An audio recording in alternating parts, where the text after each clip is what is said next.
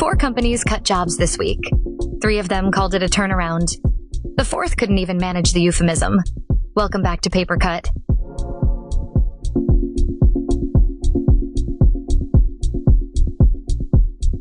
Let's start there. Diageo's headcount is down more than 6% under its new CEO, with the pain concentrated in North America. Starbucks confirmed over 200 more corporate layoffs. A chunk of them people who didn't want to move to a brand new office the company's building in Nashville. Sanofi is cutting more than 200 jobs at a biotech it only bought last year, and told staff it was making thoughtful organizational decisions. All 3 are calling this a turnaround. KPMG can't. It's roughly 500 cuts traced back to a scandal over partners misusing confidential client information. And there's no strategy deck that makes that sound good. It's already cost the firm a major client and put a big audit contract under review elsewhere. And in a neat bit of irony, the CEO who became infamous for firing 900 people over a 3-minute Zoom call back in 2021 just lost his own job. For reasons the board describes as judgment and credibility. He's disputing it and trying to get the role back. But the fact that the story is even being told through that old frame tells you something about how long a reputation like that follows you. Here's the takeaway. Separate your redundancy language from your turnaround language before you send either one out. People can tell the difference, even when leadership can't. Next.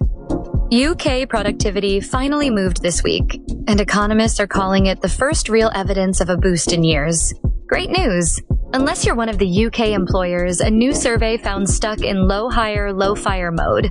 Not growing, not shrinking, just stuck. Across the water, Dutch unemployment rose for the 3rd month running to 4%. None of these numbers are lying. They're just measuring completely different things, in different places, at the same time. The takeaway: publish the hiring number your own team is actually living, not just the one from the news. Your people already know which one is true for them. 3rd story. Hybrid work was supposed to be the compromise everyone could live with. A new peer-reviewed study of more than 7,000 healthcare workers just tested that, and fully remote staff came out happiest. Hybrid staff came second, and people back in the office came last, on well-being and on how likely they were to quit.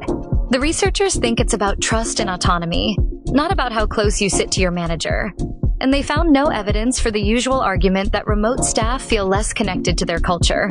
The takeaway: trust that data before you trust your gut on the next return to office memo. Last one, and it's the one that ties the rest together. New research this week found that handing your thinking to AI, not just your typing, comes with a cost.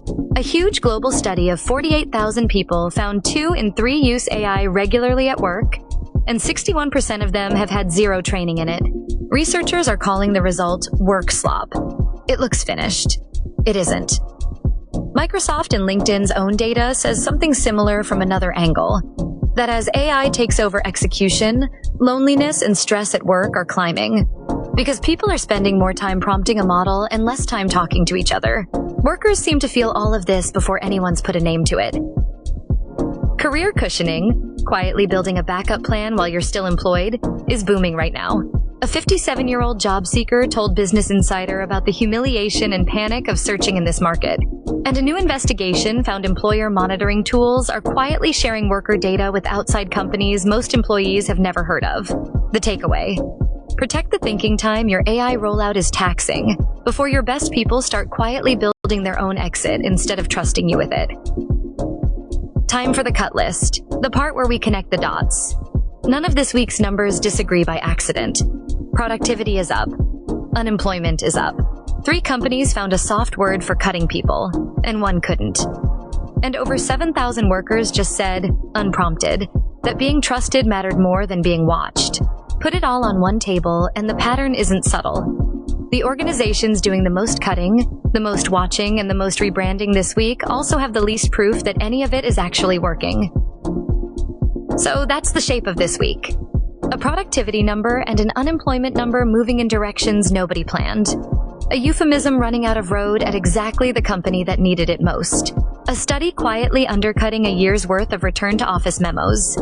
And underneath all of it, people building their own safety nets a little faster than their employers are earning back their trust. If there's one thing worth carrying into next week, it's this. The word you use for a hard decision matters less than whether the number behind it holds up. That's this week's paper cut. Don't let Monday catch you off guard. See you next week.